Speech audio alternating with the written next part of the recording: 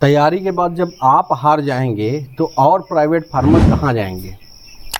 Sir हमारे पास कोई black money नहीं है जिसको हम वाइट करेंगे, और नहीं मेरा भाई अमेरिका से कमा के भेज रहा है। मैं अकेला हूँ, मुझे जब पोल्ट्री देगी तो वही लगाऊंगा। पोल्ट्री अगर दे ही नहीं रही है तो मैं लगाऊंगा कहाँ से? पोल्ट्री में जो आय है या फिर जो प्रोडक्शन कास्ट है उससे ऊपर मुर्गा बिकता अगर, तो मुझे कॉन्ट्रैक्ट फार्मिंग में जाने की ज़रूरत नहीं थी। ओके। नमस्कार मेरे पोल्ट्री किसान साथियों, आज अपने यात्रा के दौरान हम एक फार्मर के पास पहुँचे हैं जिनका काफ़ी लंबा अनुभव इस क्षेत्र में रहा है, पोल्ट्री के क्षेत्र में। और पहले इनके पिताजी 500 बर्ड के फार्म से शुरू किए थे और आज इनकी कैपेसिटी जो है 10,000 बर्ड की है। तो थोड़ा सा पहले हम इनसे इंट्रोडक्शन लेते हैं और जानते हैं कि ये किस तरह से बर्ड को पालते हैं। और अभी तक इन्होंने प्राइवेट फार्मिंग ही की थी, ये पहला बैच इन्होंने कॉन्ट्रैक्ट फार्मिंग का किया है। तो इनसे जानना चाहेंगे कि ये कॉन्ट्रैक्ट फार्मिंग में आने का इनका क्या वजह रहा कि ये कॉन्ट्रैक्ट फार्मिंग में आ गए। तो पहले इंट्रोडक्शन करते हैं, फिर आगे इस चर्चा को हम लोग बढ़ाते हैं। मिथिलेश जी जरा अपना इंट्रोडक्शन दीजिए। मेरे किसान भाइयों, मैं मिथिलेश सिंह शरबत खानी भदोही यूपी का निवासी हूँ। सेना में कब गए थे? मैं सेना में 19 फरवरी 2002 में ज्वाइन किया था, इन्फेंट्री कमांडो सैनिक में। अच्छा, कब रिटायरमेंट ले लिए? 31 जुलाई 2018। 31 जुलाई 2018 में। ओके। तो आपकी यहाँ पे फार्मिंग, जैसे पहले तो आपके करते थे, तो कब से फार्मिंग कर रहे हैं? मैं 31 जुलाई 2018 से प्रॉपर आने के पहले से कुछ छुट्टियों में आने जाने के बाद सीखता था, और 31 जुलाई 2018 से बिल्कुल ही प्रॉपर मैं इसी में 24 घंटे समय निकालता हूँ। कहीं आना जाना आपका नहीं होता है? मतलब ज़्यादातर फार्म पे ही मिलेंगे? हाँ, ज़्यादातर समय मैं इसी में देता हूँ, मुझे इतना ज़्यादा इंटरेस्ट है सर। कितने लोग आपके फार्म में काम करते हैं? 10,000 की कैपेसिटी है आपके फार्म की? 2-3 जब ज़रूरत हो जितने आदमी काम करते हैं। वैसे 10,000 बर्ड मेरे लिए कम ही रहता है, क्योंकि जब इतना मुझे इंटरेस्ट है कि जब मेरा नया चिक्स आता है तो मैं खाना पीना छोड़ करके टोटल टाइम उनको देता हूं। जिस प्रकार अब भी जो बच्चा पड़ा है, जो वीडियो शूट में आ रहा है, 5 दिन में 190 ग्राम है, जो कि 5 दिनों में कापी के हिसाब से 5 दिन 6वां दिन स्टार्ट है, जो कापी के हिसाब से बड़ा मुश्किल है, लेकिन जो कि आपको देखने से दिख रहा है। ओके। तो मिथिलेश जी ये बताइए, आप जैसे जब आपके पिताजी किए थे उस समय प्रॉफिट का रेशियो कुछ तो आपको उस समय आइडिया तो लगता ही होगा? जब मेरे पिताजी शुरू किए थे तो जो 600 में फार्मिंग 600 मुर्गे में फ़ायदा कमाते थे, वह फ़ायदा मुझे 3,000 मुर्गियों में बड़ा मुश्किल से मिलता था। लेकिन इस समय वह भी देखने के लिए थोड़ा मुश्किल हो रहा था, इसीलिए मुझे आज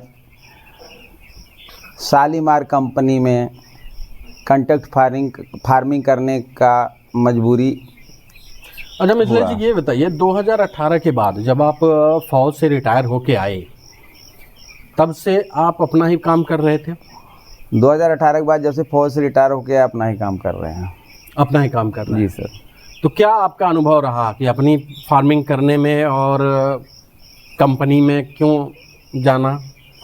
अपने फार्मिंग में सर बहुत लोडिंग रहता है, हर समय बंदा स्ट्रेस में रहता है, मंडी क्या होगा क्या नहीं होगा।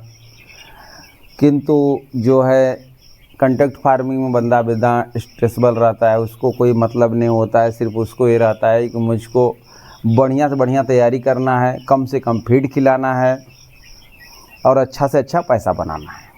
अच्छा, माने वो जो मेंटली हेडेक होता है कि फीड खरीद के लाना है, चिक्स खरीद के लाना है, चिक्स का रेट ऊपर गया कि नीचे गया, कि मुर्गे का रेट ऊपर गया कि नीचे गया, मतलब इसमें दिमाग जो है बहुत ज़्यादा पंचर होता है। सेल को लेकर के पंचर होता है, सेल भी करना है, गाड़ियां नहीं आती। ये है कि कॉन्ट्रैक्ट फार्मिंग में आप क्यों गए? कॉन्ट्रैक्ट फार्मिंग में जाने के कारण मैं पहले भी बता चुका हूँ कि फीड का रेट बढ़ रहा है, चिक्स का रेट तो मैं मानता हूँ कि उनको भी वही फीड खिलाना है, परंतु मार्केट का रेट बिल्कुल ही 3 साल 2018 से क्या मान लीजिए 5-10 साल में बहुत ज़्यादा इंक्रीज़ नहीं है। कभी देखने के लिए मिलता है ओनली फॉर 4-6-10 दिन के लिए देखने के लिए मिलता है, बाकी दिन कम ही रहता है। इसीलिए कॉन्ट्रैक्ट फार्मिंग का चूज़ करना पड़ा।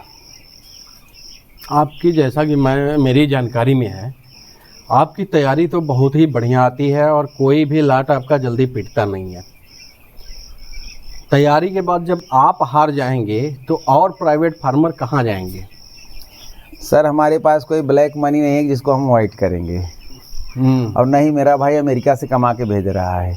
मैं अकेला हूँ, मुझे जब पोल्ट्री देगी तो वही लगाऊंगा। पोल्ट्री अगर दे ही नहीं रही है तो मैं लगाऊंगा कहाँ से?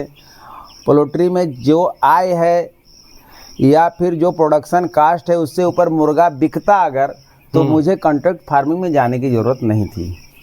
पहला बैच है कॉन्ट्रैक्ट फार्मिंग का? हाँ मेरा पहला बैच है कॉन्ट्रैक्ट फार्मिंग का। ओके, शालीमार ग्रुप से आपने? शालीमार ग्रुप से। ओके, बर्ड तो काफ़ी अच्छे दिख रहे हैं आपके जो है। अभी तक कितनी % मोर्टेलिटी हो चुकी होगी? अभी तक सर टोटल मोर्टेलिटी मतलब 0.5% भी नहीं हुई है। 0.5% भी नहीं हुई? नहीं हुई है सर। वाह, ग्रेट। क्या क्या दिए हैं, कुछ बता सकते हैं? टिप्स जो है जो हमारे दर्शकों को भी समझ में आए वो भी करें और अच्छी ग्रोथ लाएं। टिप्स कुछ सर क्या देना है, जो मुर्गा सब कुछ अपने आप मांगता है, उसको एंटीबायोटिक चाहिए तो एंटीबायोटिक मांगेगा।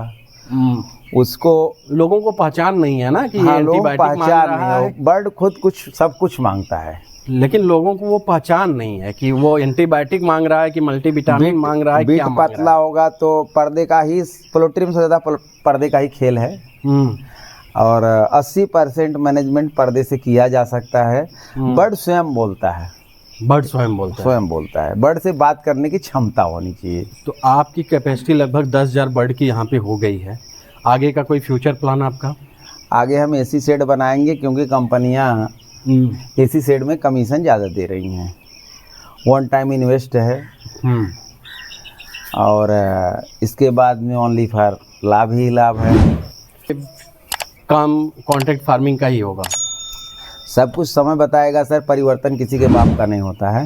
ओके, चलिए बहुत बहुत धन्यवाद मिथिलेश जी, आपसे बात करके बहुत अच्छा लगा। हमारे दर्शकों को भी काफ़ी कुछ जानकारी मिली होगी। धन्यवाद।